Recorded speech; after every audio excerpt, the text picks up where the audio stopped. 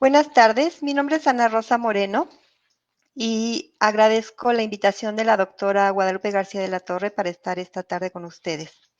Voy a dar brevemente mi semblanza. Soy bióloga egresada de la UNAM, con maestría en Ciencias en Ecología Humana y Salud de la Escuela de Salud Pública de la Universidad de Texas, Estados Unidos. Desarrollo profesional en salud ambiental en el sector oficial, académico y en organismos internacionales. Autora de 82 publicaciones nacionales e internacionales en diversos temas de salud ambiental. Asesora de comunicación de riesgos para la Organización Panamericana de la Salud, Organización Mundial de la Salud, para el sector gubernamental y sector privado. Conferencista y docente nacional e internacional de temas ambientales y de salud. Trabajé 11 años en la OPS en salud ambiental, comunicación de riesgos y como gerente de proyectos financiados por la Agencia de Protección Ambiental de los Estados Unidos y por la GTZ de Alemania. Consultora de salud ambiental y de cambio climático para el Programa de Naciones Unidas para el Medio Ambiente, PNUMA, y el Programa de las Naciones Unidas para el Desarrollo. Soy autora del cuarto, quinto y sexto Informe Mundial de Medio Ambiente del PNUMA y de Geosalud, PNUMA OEPS. He sido miembro del panel intergubernamental de expertos en cambio climático de Naciones Unidas desde 1995, organización que compartió con el señor Al Gore el galardón del Premio Nobel de la Paz 2007, participando en el segundo, tercero, cuarto y quinto informe de evaluación. Actualmente soy profesor de carrera PRIDC del Departamento de Salud Pública de la Facultad de Medicina de la UNAM y desde 2011 he sido profesora de la optativa Salud y Medio Ambiente de las asignaturas Salud, Trabajo y Ambiente y de Salud Pública y Comunidad. En esta charla voy a hablar de algunos conceptos que puedo pensar que son lejanos para algunos de ustedes, sin embargo espero sean de su interés.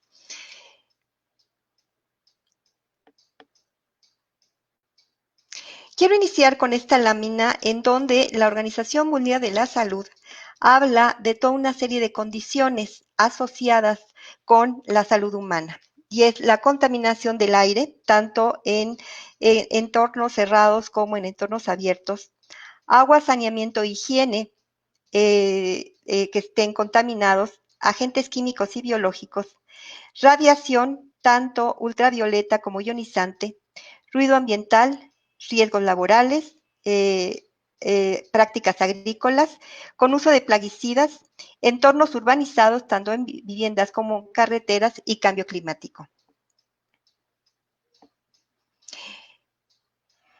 Esta lámina es una lámina que nos muestra la interacción entre, por un lado, la salud ambiental, o sea, la salud de los ecosistemas, por otro lado, la salud animal y del lado izquierdo, la salud humana. Estos tres aspectos están relacionados de tal manera que podemos pensar en una sola salud. En este momento, la grave crisis sanitaria del COVID-19 ha mostrado lo que constituye una amenaza global bajo la forma de pandemia. Esta crisis está relacionada con la presión humana sobre el planeta, que altera los hábitats y los equilibrios naturales, lo que causa enfermedades zoonóticas en humanos, como esta enfermedad que estamos enfrentando actualmente. La crisis mundial no es solo de salud. Es un evento que nos lleva a reflexionar sobre la vida misma. La especie humana ha asumido desde hace milenios que es omnipotente. El concepto de esta etapa que vivimos, denominada antropoceno, ubica a la actividad humana como la influencia determinante y dominante en el futuro de la Tierra. Y estas ideas fueron expresadas por Horton, quien escribió un editorial en Lancet aproximadamente hace un mes. Y entonces este concepto de antropoceno ha sido adoptado por una gran cantidad de disciplinas para denotar la influencia sustantiva que los humanos hemos tenido en el estado dinámico y futuro del sistema planetario, en particular en los últimos 2 siglos.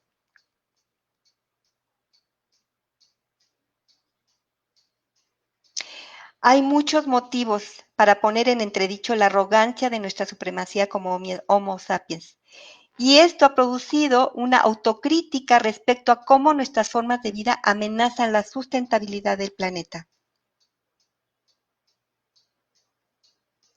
Y así la doctora Shi, que es la especialista china en murciélagos, identifica toda una serie de condiciones a las cuales estamos siendo expuestos los seres humanos. Respiramos aire contaminado, bebemos agua contaminada, alteramos el valor nutricional de los alimentos, nos exponemos ampliamente a sustancias nocivas, aumentamos la exposición a enfermedades zoonóticas como este COVID y muchas otras, provocamos una mayor resistencia a medicamentos antimicrobianos y reducimos la riqueza de medicamentos naturales. Y entonces podemos hablar de lo que se llama las ciencias de las invasiones. Y esta ciencia examina la conexión entre los sistemas naturales y los antropogénicos, o sea, causados por el hombre, integrando miradas como la ecología, biogeografía, dinámica de poblaciones, biología evolutiva, análisis de riesgo, historia humana y gestión ambiental, entre otras áreas. Comprende la propagación de organismos introducidos por los humanos, ya sea intencional o no, a nuevas áreas donde se expanden sin control.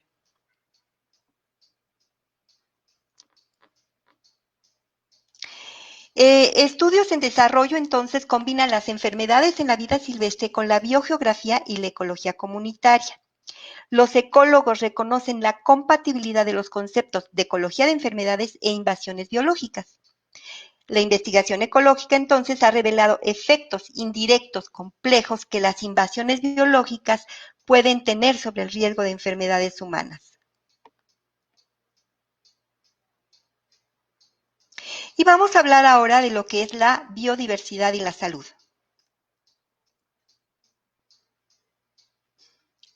La biodiversidad es la base que sustenta toda la vida a nivel del suelo y del agua. Tiene relación con todos los aspectos de la salud humana.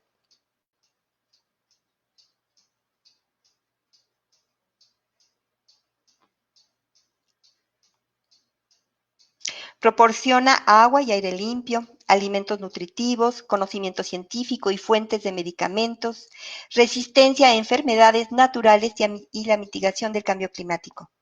Cambiar o eliminar un elemento de esta intrincada red afecta a todo el sistema de vida y puede producir consecuencias negativas, las cuales vamos a mencionar más adelante con ejemplos.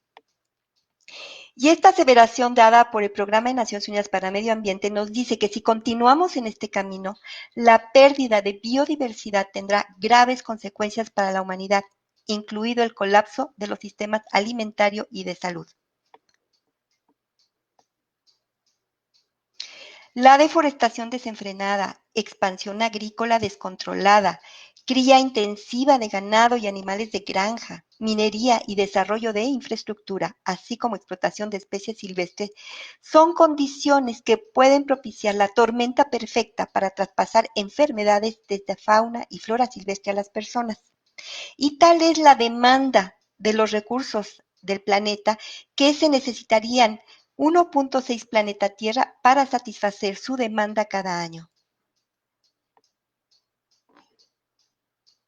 ¿Y cuáles son las actividades dañinas específicas a partir del medio?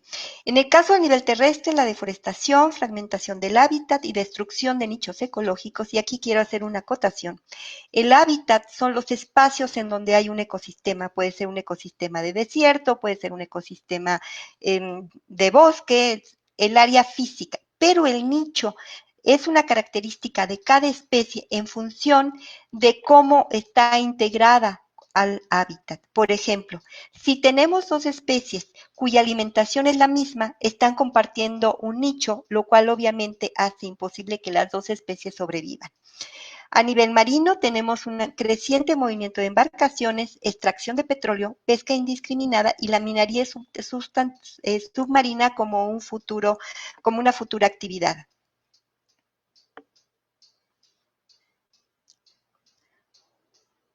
Y de acuerdo también al Programa de Naciones Unidas para el Medio Ambiente, 7 principales impulsores antropogénicos son responsables de la aparición de enfermedades zoonóticas. El primero es el incremento de la demanda humana de proteína animal, intensificación agrícola insostenible, mayor uso y explotación de vida silvestre, utilización insostenible de recursos naturales acelerada por la urbanización, el cambio en uso del suelo y las industrias extractivas. Por ejemplo, si nosotros tenemos un suelo cuya vocación es agrícola, que quiere decir que tiene las condiciones perfectas para la agricultura, y decidimos que no tenga esa función, sino que decidimos en un momento dado usarla para construir casas habitación, pues entonces estamos cambiando su uso y perdiendo una oportunidad de un área agrícola.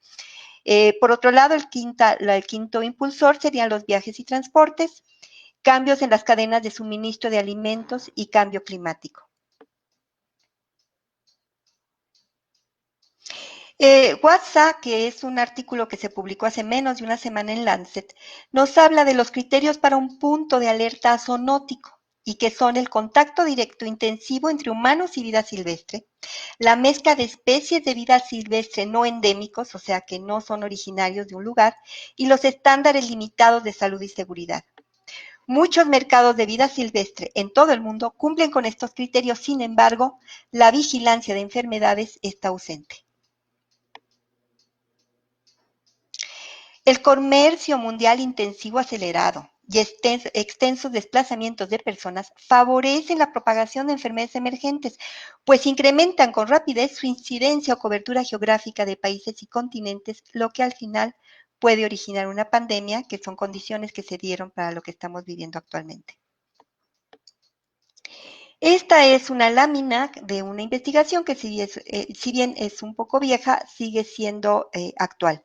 Es la correlación entre la deforestación y mayor concentración larvaria de mosquitos Anopheles darlingi, que es el vector de la malaria o paludismo. En el eje de las X tenemos qué tanto de la mata forestal o el porcentaje de bosque restante existe, y del eje de las Y tenemos el porcentaje de población del mosquito.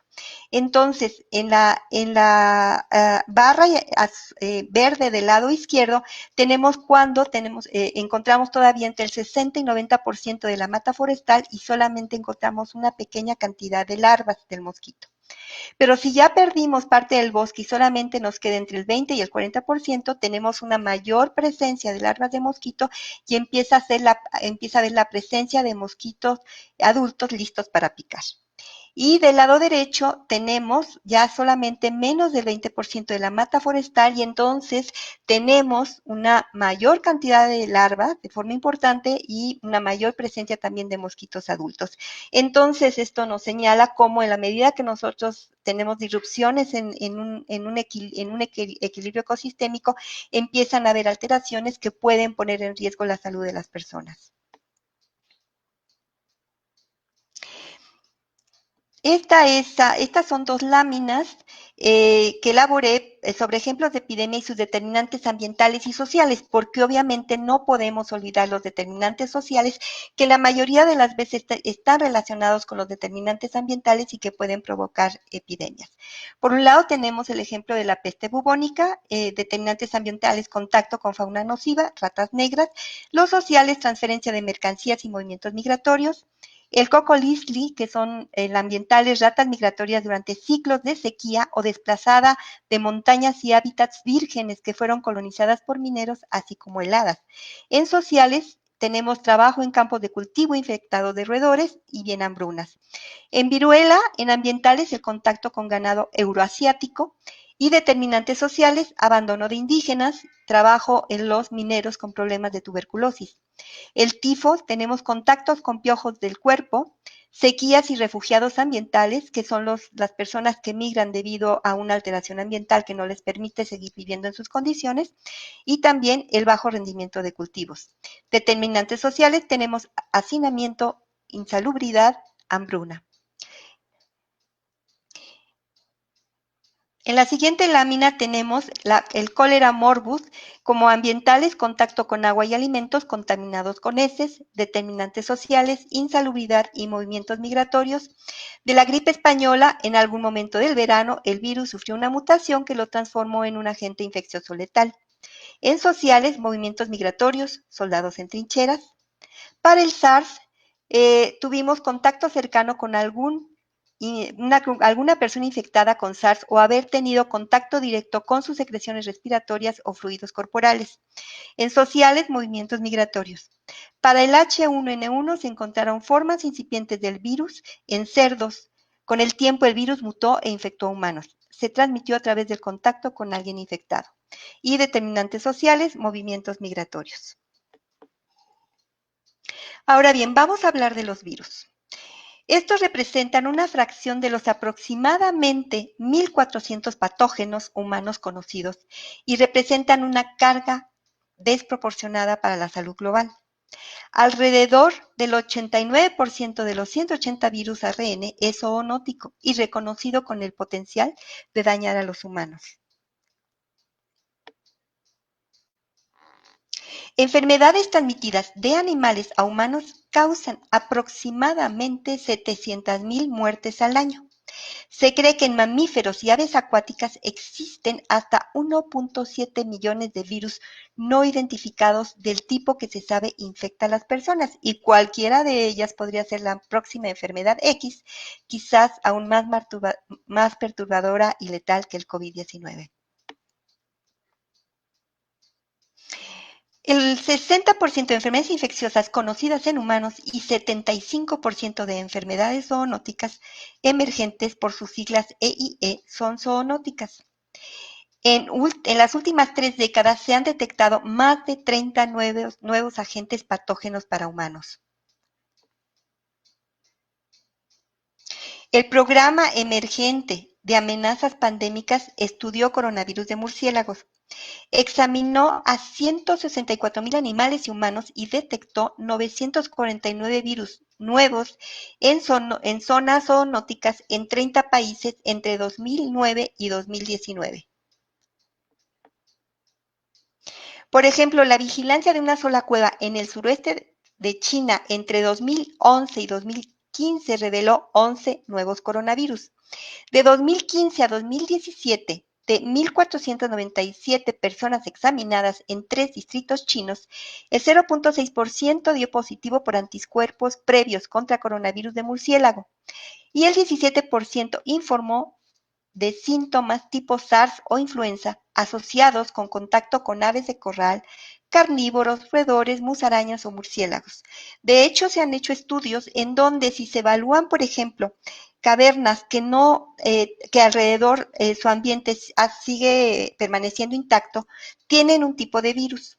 Pero si después se van a una zona que ya ha sido alterada, los murciélagos de ese lugar tienen diferentes tipos de virus a los otros.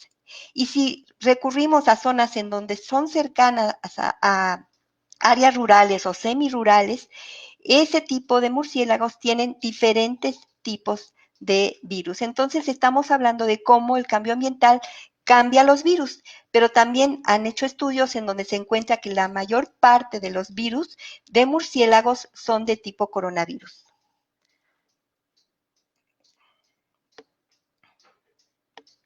Los hallazgos relacionados con los números recientemente mencionados fueron informados en septiembre de 2019 y proporcionaron una advertencia sobre el riesgo de coronavirus zoonótico que no se escuchó ni se le prestó atención.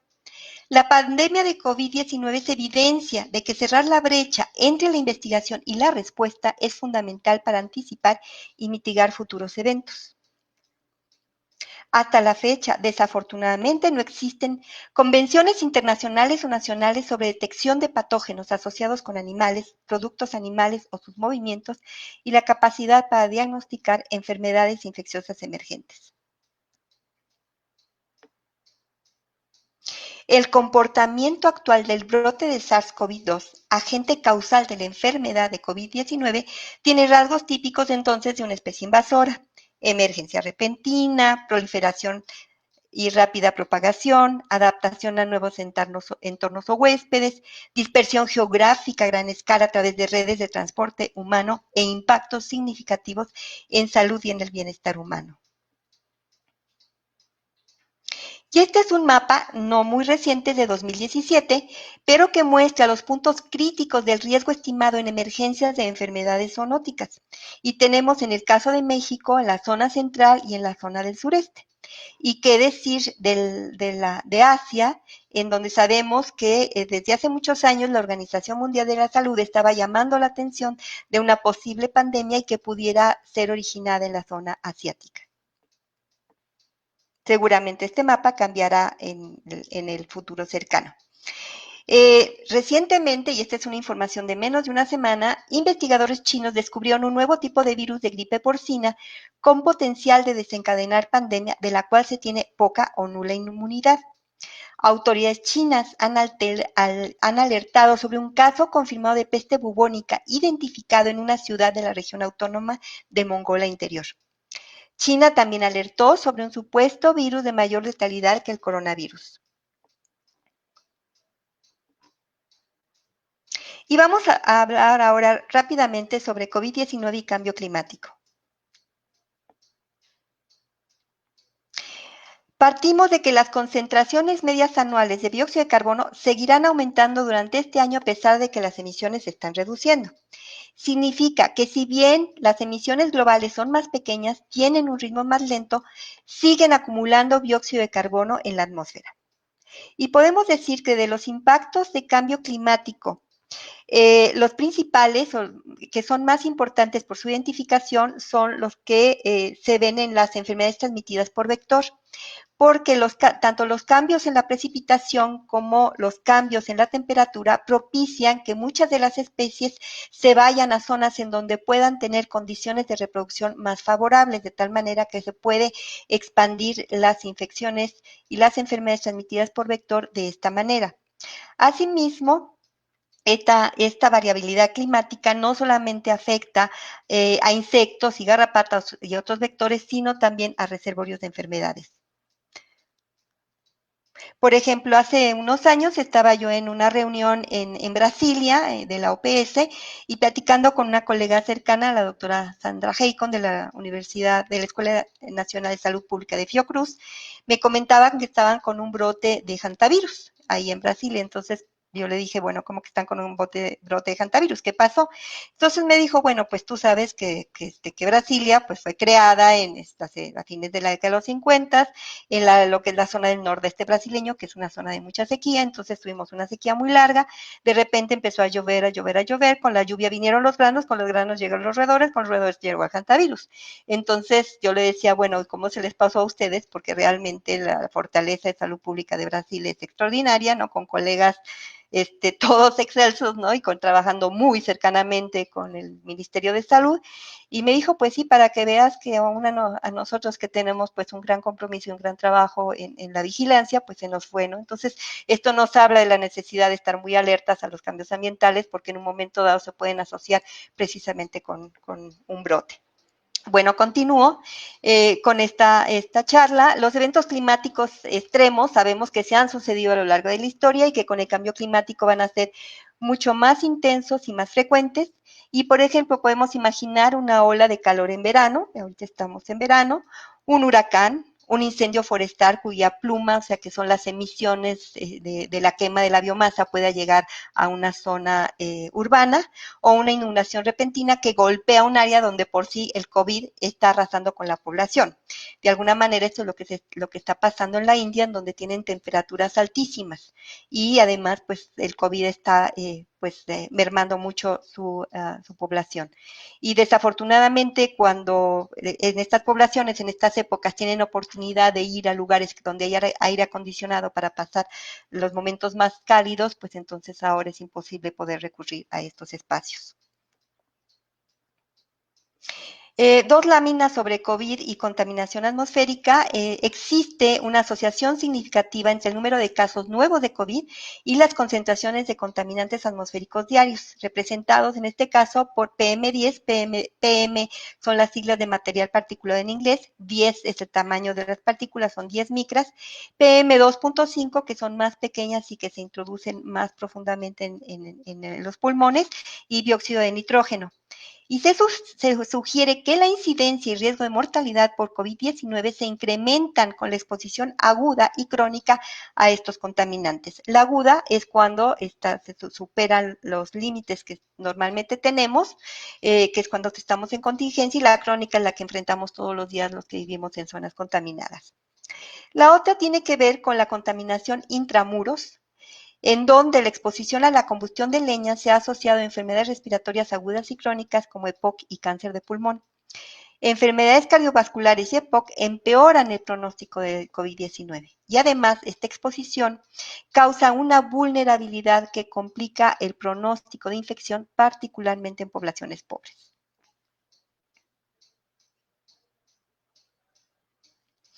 ¿Y en qué se está trabajando actualmente con todos estos problemas que estamos enfrentando? Bueno, pues en el área biológica, clínica, epidemiológica, ambiental, social, salud mental, comunicación y muchas otras que llevan a comprender la infección con el fin último de proteger a las poblaciones humanas. Y démonos cuenta la cantidad de áreas y obviamente profesionales que deberían estar involucrados en este tipo de ejercicio profesional. Y vamos con recomendaciones.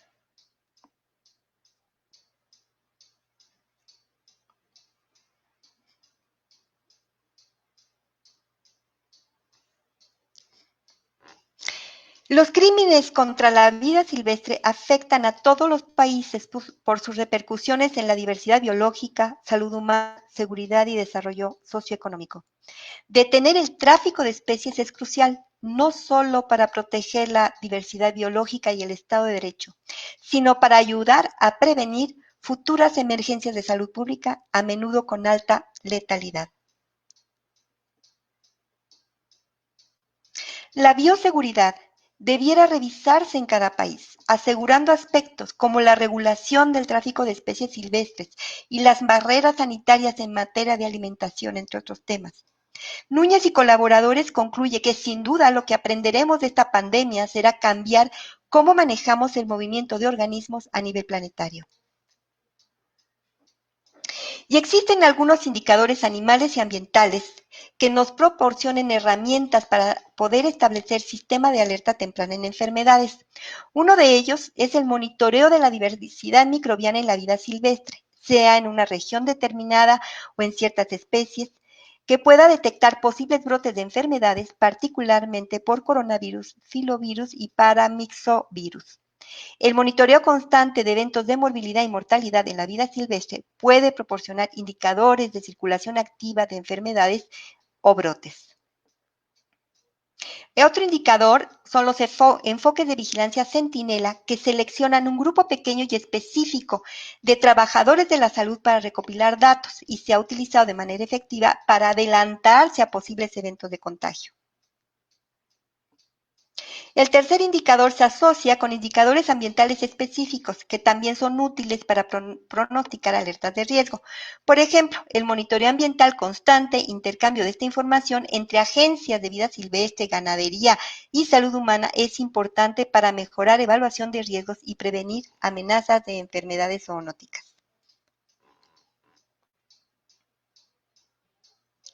Y entonces necesitamos fortalecer las capacidades de laboratorio existente a lo largo de la interfaz humano-vida silvestre, establecer un sistema de vigilancia de enfermedades descentralizado más rentable y cualquier programa de vigilancia animal debe integrarse con programas de pruebas para humanos para identificar la circulación temprana de patógenos zoonóticos entre poblaciones humanas y no humanas. Y vuelvo a tomar la imagen del inicio, una salud en donde tenemos la salud del medio ambiente, la salud animal y la salud humana, y como denominado como una salud. Y esta es una iniciativa mundial que se llama One Health o una salud. Y este concepto sostiene que la salud humana, animal y ecosistémica, además de estar interrelacionadas, son interdependientes. La reacción o capacidad de respuesta exitosa a cualquier amenaza a la salud exige enfoques holísticos y transdisciplinarios que abarquen estos tres componentes y además incluyan necesariamente factores sociales, económicos y hasta políticos. Y entonces este trabajo, que es el trabajo que se hace en Ecología Humana y Salud, necesariamente necesita ver esto como si fuera un rompecabezas, en donde cada una de las piezas está relacionada con otras y si falta esa pieza no tenemos la visión completa. Entonces, esto es necesario que en salud pública veamos, tengamos claro ese enfoque y nos abramos a la posibilidad de discusión con otras áreas del conocimiento para poder fortalecer esta visión y en el último caso poder tener medidas de prevención adecuadas para todos los grupos en riesgo.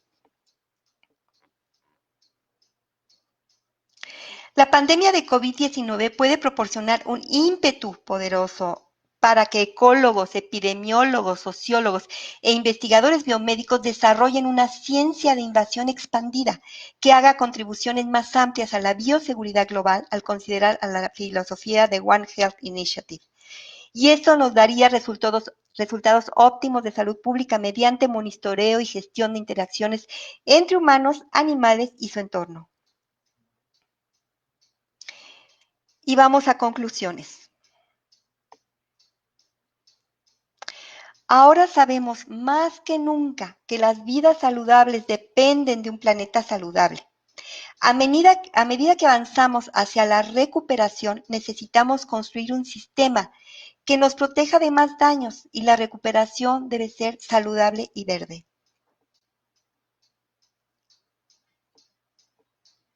La presencia de la pandemia del COVID-19, así como otras epidemias previas, han mostrado a los humanos el inmenso riesgo que para su salud significa el desequilibrio causado por la invasión y destrucción de los hábitats naturales.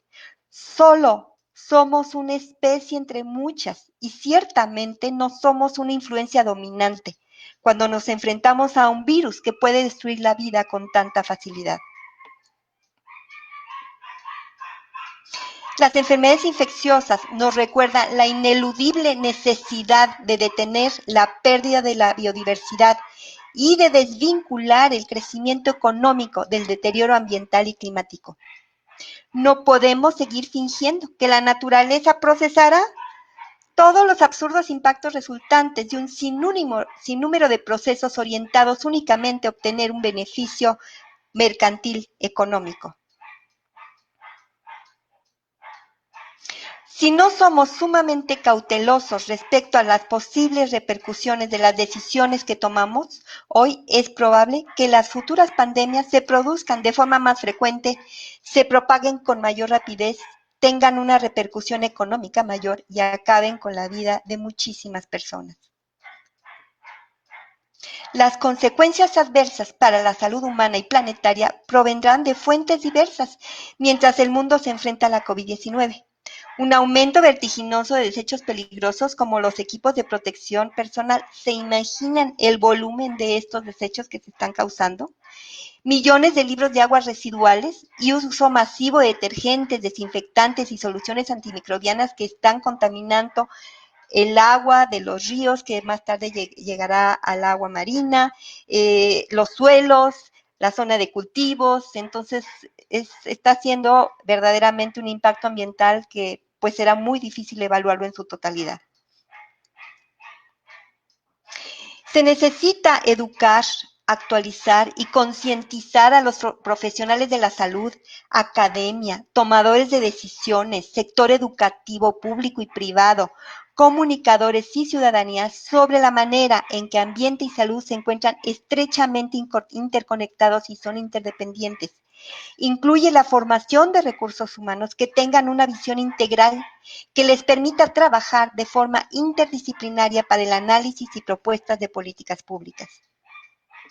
Nuestro enfoque hoy, más que nunca, debe abordar estos desafíos globales. Los gobiernos tienen la responsabilidad de anticiparse y prepararse para proteger a los más vulnerables y construir sociedades resilientes a mediano y largo plazo. Retomo otra vez el editorial de Horton. Esta calamidad mundial no es una crisis en materia de salud, es una crisis sobre la vida misma. En los últimos años hemos caído en la tentación de asumir la omnipotencia de nuestra especie. Finalmente, quiero terminar con el manifiesto de la OMS a favor de una recuperación saludable de la COVID-19. Proteger y preservar la fuente de la salud humana, la naturaleza. Invertir en servicios esenciales desde agua y saneamiento hasta energías no contaminantes en los centros de salud. Asegurar una transición energética rápida en pro de la salud. Promover sistemas alimentarios sanos y sostenibles. Construir ciudades sanas y habitables y dejar de utilizar el dinero de los contribuyentes para financiar la contaminación. Los riesgos de enfermedades infecciosas emergentes asociados con el comercio de vida silvestre siguen siendo el mayor desafío insatisfecho de los esfuerzos actuales de vigilancia de enfermedades. Andersen, que es otro autor que está publicando mucho al respecto, reflexiona: con la COVID-19, el planeta ha lanzado su advertencia más tajante hasta la fecha: la humanidad debe cambiar. Finalmente, tengo dos reflexiones, una científica y otra humanista. Esta es la doctora Brundtland, que ha sido una de las profesionales, ella es sueca, más brillantes de la segunda mitad del siglo XX. Ya fue directora de la Organización Mundial de la Salud y ha escrito muchísimo sobre la conciencia que debemos tener sobre este tipo de problemas, y ella reflexionó en 2003. Para el próximo brote hay que restaurar y reforzar la infraestructura de salud pública. Se necesitan más epidemiólogos y especialistas en otros campos de salud pública, así como establecer sistemas de vigilancia y respuesta que cuenten con sólidos enlaces de notificación nacional, regional y mundial. Esto ella lo dijo hace 17 años y todo el mundo tomó esas palabras, pero nada más las tomó, nada más las escuchó, desafortunadamente. Y la reflexión humanista es de parte del Dalai Lama, que hecha este año también. Las fotografías de nuestro mundo tomadas desde el espacio muestran claramente que no hay límites reales, son puramente administrativos, políticos. Creemos que el mundo entero es interdependiente y que todo está interconectado. Esta pandemia sirve como una advertencia de que solo al unirnos con una respuesta coordinada y global podremos enfrentar la magnitud sin precedentes de los desafíos que hoy como humanidad enfrentamos. Y agradezco mucho su atención.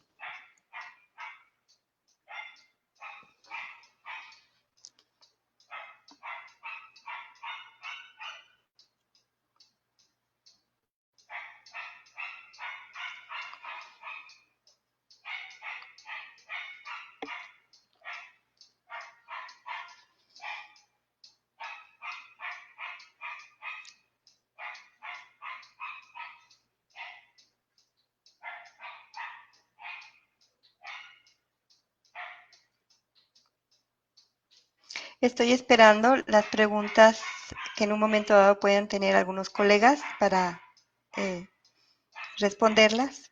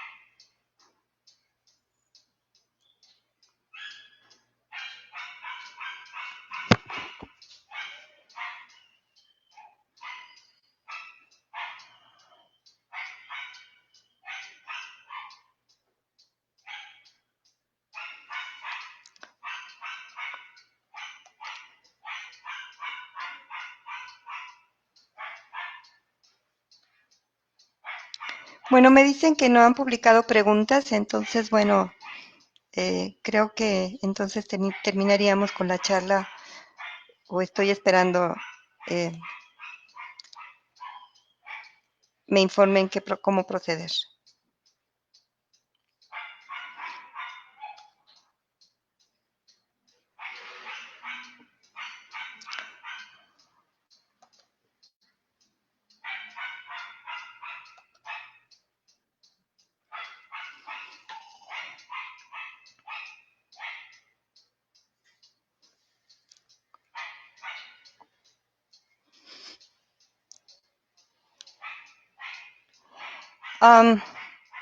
Sí, lo que puedo hacer es juntarles las referencias más importantes que tengo y no sé, ya me dirán cómo, si las subo al chat, nada más las referencias bibliográficas, si las subo a la página de la facultad, me dirán eh, cómo es la forma más fácil de hacérselas llegar.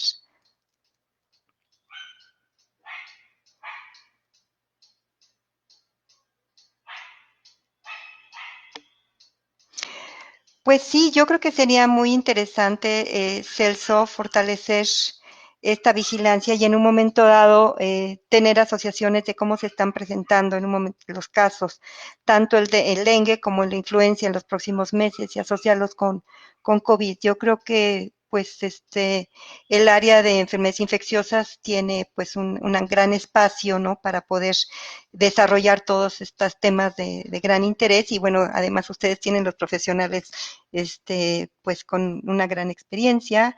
Así que sí, yo creo que es muy importante fortalecerlo, pero también fortalecer de forma sólida lo que está la información de los casos, ¿no? O sea, el reporte de los casos a nivel diario, obviamente a nivel semanal, a nivel mensual, para de tal manera que podamos tener claras las tendencias de cómo se van dando estos casos.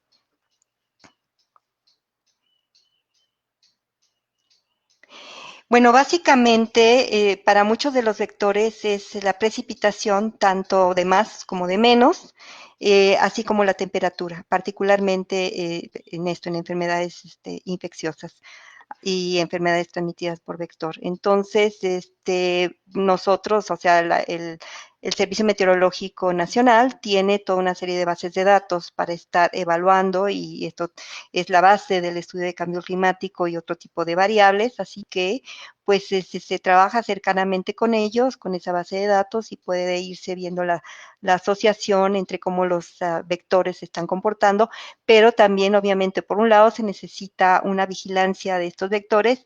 Yo en algún momento hice el comentario de que pues no tenía yo mucha información sobre el trabajo de entomoparasitología de parte de la Secretaría de Salud, que sería algo que se estuviera publicando permanentemente cómo están los vectores para que a su vez el área de salud pública pudiera tener esa información y tener claro por dónde pudieran presentarse precisamente brotes o cómo se están presentando los casos asociados a estos vectores. Entonces, como decía hace un momento, pues es un trabajo interdisciplinario, multidisciplinario, en lo cual tenemos que establecer precisamente estas conexiones de trabajo para poder hacerlo, pero efectivamente los datos sobre información climática son sólidos.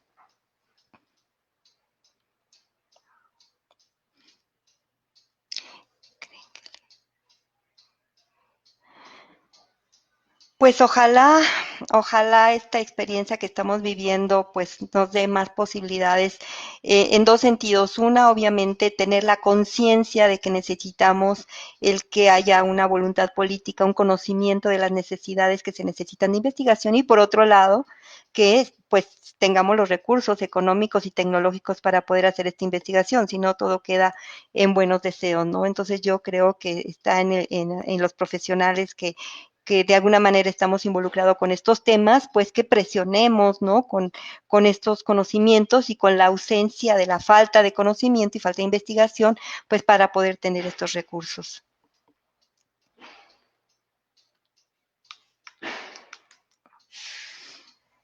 Perdón, el usuario y la pregunta. Nayeli Cervantes, considero que con la situación actual y pronostica en cuanto a enfermedades y sus determinantes debería apostarse más a a salud pública.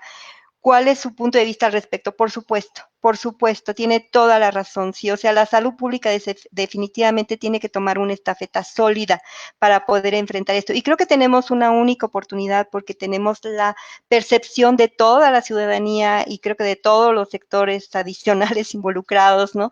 En que necesitamos tener respuestas en esto. Entonces, la salud pública tiene que fortalecerse en la formación de recursos humanos capacitados. Tenemos tal vez que salir de nuestra área de conocimiento y confort, de que normalmente nos manejamos y abrir la mente con todas estas nuevas informaciones y todos estos lazos que estamos viendo que son evidentes, y no porque se vuelva lo más importante, porque ahorita es el COVID y después lo olvidemos, sino porque es la realidad. O sea, nosotros estamos expuestos a la contaminación del aire, a la mala calidad del agua, estamos expuestos a los humos que en un momento dado pueden provenir de los incendios forestales, ¿no? O sea, en algún momento en la Secretaría de Salud pregunté que si había un sistema de alerta temprana para los humos de quema de biomasa forestal, y hacia dónde se iban, hacia una zona habitacional, para que se le dijera a las personas que son de alto riesgo, personas mayores, a los niños, personas que tienen problemas crónicos respiratorios, que se quedaran en casa para no exponer. No, y me dijeron que sí existía,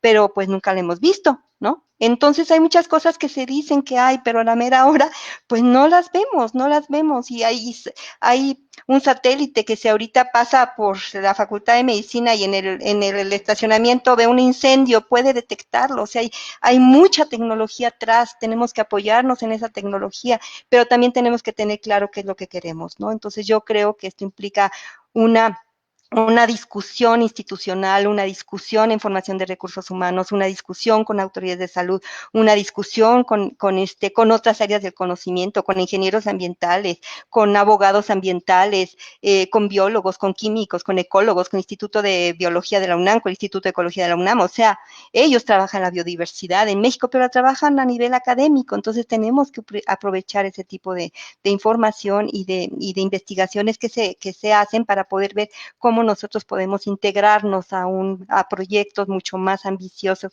en donde la salud pública sea la pionera y sea el eje toral a través del cual nosotros nos podamos mover. Eh, Sama, Sama menciona que es importante tener un enfoque holístico. ¿Cómo recuperar la medicina alópata, los conocimientos de salud comunitaria y tradicional para enfrentar esa epidemia? Yo creo que esto es importantísimo, ¿sí? La participación de poblaciones indígenas, que además de que tienen un enfoque interesante, muy interesante, ¿no? Todo lo que es la parte de el uso de plantas medicinales, ¿no? Bueno, qué decir de toda la cantidad de fármacos que han salido de plantas medicinales, y que tienen también su propia cosmogonía y su propia forma de enfrentar los problemas de salud y enfermedad.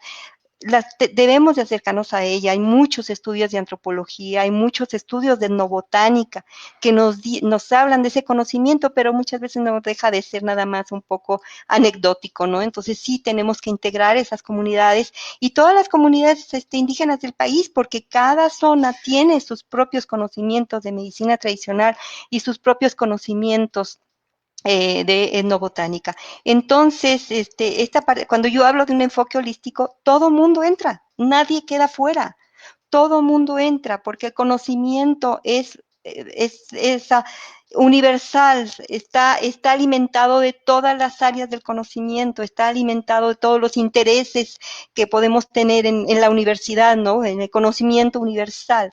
Entonces, yo creo que sí, efectivamente, las comunidades indígenas deben de participar, relacionándonos con ella en un ámbito de total respeto a su cosmogonía, total respeto a su cultura.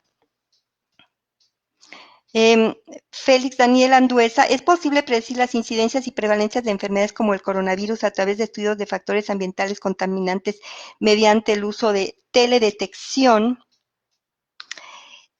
Yo creo que no es tan fácil, porque en un momento dado la teledetección nos puede dar ciertos elementos, pero para que nosotros nos enfermemos hay una palabra mágica, es exposición. Nos tenemos que exponer o tener condiciones. Bueno, además de exponernos, también podemos tener condiciones particulares que nos dan nuestra propia vulnerabilidad ante la exposición y por lo tanto desarrollar una cierta patología. Por ejemplo, yo hace tiempo tomé un curso de sistemas de información geográfica para salud pública, y entonces nos mostraron un ejemplo que era muy bonito, en donde había un mapa, un sistema de información geográfica, y se tenían mapeados los casos de paludismo, malaria en otros países. Entonces se tenía una comunidad que estaba muy cercana a una zona tropical, a un bosque tropical húmedo, la selva, y entonces ahí estaba el brote de paludismo.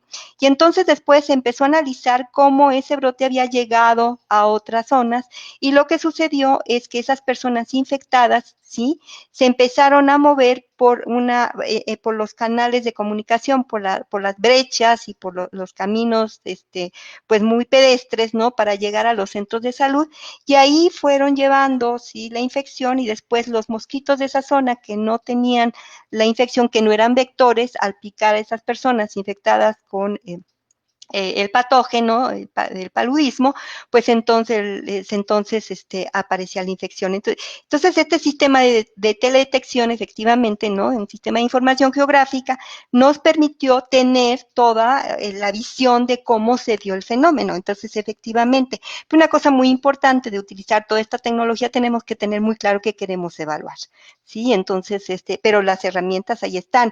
De hecho, con una alumna de la especialidad en salud, en salud de trabajo y ambiental de Pemex, sí, se hizo un trabajo muy bonito con el Instituto de Geografía, en donde los casos los relacionó con áreas de explotación petrolera, los casos de cáncer, y entonces geográficamente se hicieron los mapas y nosotros, bueno, he trabajado en lo personal cercanamente con el Instituto de Geografía y se hizo un trabajo excepcional. Entonces, esa es la idea, ¿no?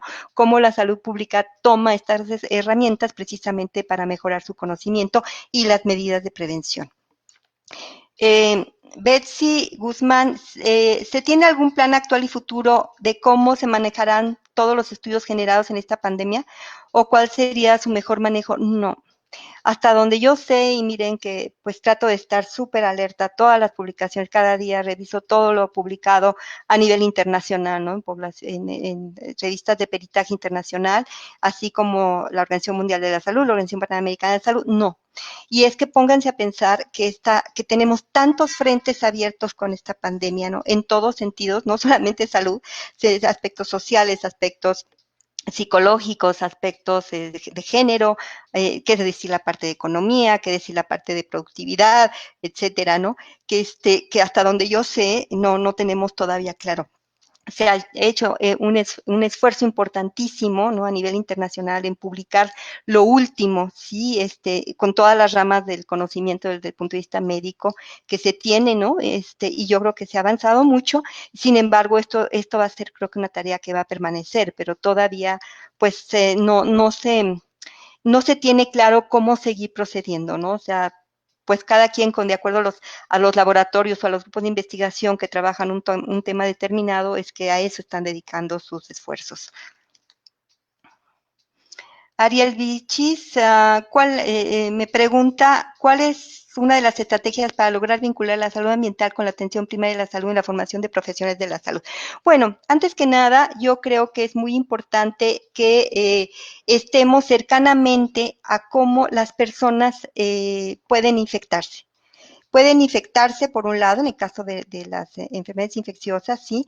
Por otro lado, cómo en un momento dado esas infecciones o esa forma de exposición están relacionados con el entorno ambiental. Tenemos que tener claro cómo este entorno ambiental representa una fuente de posible enfermedad. Y esto también tiene que relacionarse con cómo nosotros estamos trabajando con el medio ambiente. En la medida que una comunidad está más cercana con el ambiente, va a tener una mayor posibilidad de enfermarse de cualquier tipo de problema asociado precisamente con la disrupción del problema, ¿no? Por ejemplo, en el caso de la rabia, yo tuve la oportunidad de traducir del portugués al español una tesis de doctorado del Instituto Nacional de Salud Pública, en donde esta colega, la doctora Cristina Schneider, hizo un modelo matemático a través del cual evaluó cómo se daba la transmisión de la rabia en la Amazonía, en función de toda la zona de donde están los personas, los garimpos, que son las personas que de diferentes partes de Brasil van a la Amazonía y se instalan ahí en búsqueda del oro o trabajar en minería. Entonces se vio cómo las casas, ¿no?, que eran casas muy básicas, ¿no?, muy tradicionales, la gente dormía en el exterior por el calor, entonces dormía con la ropa interior mínima, sí, y sobre una hamaca, y entonces se encontró que los murciélagos, que son hematófagos, o sea, que se alimentan de sangre, mordían los dedos de los pies y así se transmitía la rabia. Entonces, en la medida que nosotros podemos conocer de qué enfermedad estamos hablando, cuáles son los determinantes ambientales que en un momento dado se asocian precisamente con esa transmisión de la enfermedad, sea un vector, que podemos estar hablando de un vector de un insecto, o bien puede ser un reservorio, que puede ser un mamífero, cómo se transmite, etcétera, entonces podemos establecer medidas muy cercanas a la población, ¿no? O sea, una atención mucho más básica. Y para esto tenemos que apoyarnos, obviamente, sí, la mayoría de las veces en comunidades en que solamente puede haber una enfermera. Las enfermeras son maravillosas para trabajar en comunidad, ¿no? Y ellas muchas veces nos dan información que alimentan precisamente de estos elementos que nos van a ser útiles para poder establecer estas medidas.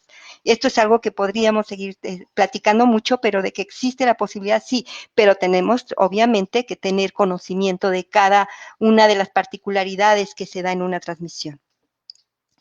¿Qué mensaje nos trae el SARS-CoV-2? ¿Cómo podemos entenderlos? Celso.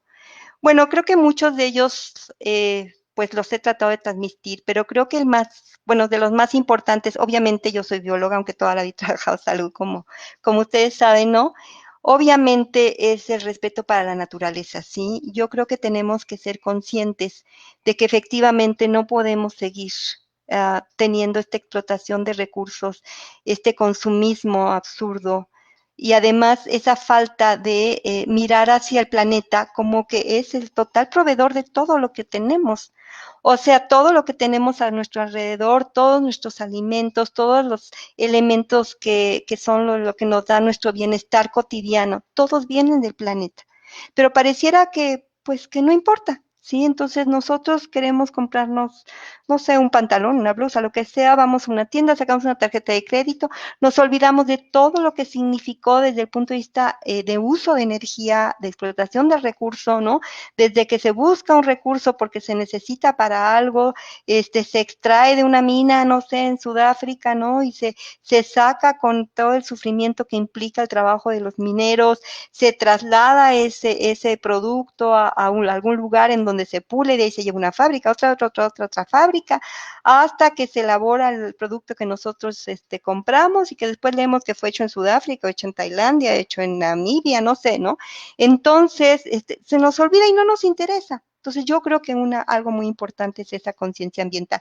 Lo otro precisamente es nuestra fragilidad humana, ¿no? O sea, ¿quién nos iba a decir que un virus chiquitititita, el virus, ¿no? Que tenemos que verlo con una microscopía especial para poder tener esas imágenes, venía a alterar la vida de los casi 8,000,000,000 de personas que tenemos, ¿no? Entonces es esa, o sea, la supremacía aquí del ser humano, bueno, fue una cachetada, no digamos ni con guante blanco, fue una cachetada sobre nosotros, ¿no? Entonces, bueno, yo creo que esto da para reflexionar. Para quien se interese, puedo compartir la presentación, no tengo ningún problema, ¿no? De compartirla, ¿no? Por si creen que de aquí se puede rescatar algo más o con quien ustedes quieran, ¿no? Simplemente, bueno, al final venía mi correo electrónico, pónganse en contacto conmigo, yo les hago llegar la presentación y reflexionar. Yo creo que sería muy interesante tener estos grupos de reflexión, ¿sí? Tener estos grupos de reflexión en donde lleguemos a consenso de dónde estamos parados y hacia dónde queremos seguir desde todos los puntos de vista. Obviamente todos nosotros estamos enfocados en la parte de salud porque, bueno, pues obviamente es lo que matiza nuestra expresión humana en todos sentidos, pero también, bueno, pues todo lo que está añadido, ¿sí? Y circunscribe el elemento de salud. Y bueno, estamos creo que a punto de terminar. Rocío Espinosa, ¿es posible intercambiar información con ustedes? Pues en Perú está comenzando a trabajar la aproximación de escenarios climáticos de riesgo para mejorar las medidas de adaptación al cambio climático. Sí, póngase en contacto conmigo. Yo soy autora del capítulo de salud humana de un informe iberoamericano internacional para todos los países iberoamericanos de medidas de adaptación al cambio climático. Con gusto se lo comparto, le comparto el informe completo y bueno, ahí está el capítulo de salud humana. Encantada, por supuesto. Y esta es la última pregunta y muchas gracias por su atención y por sus preguntas. Que tengan buena tarde.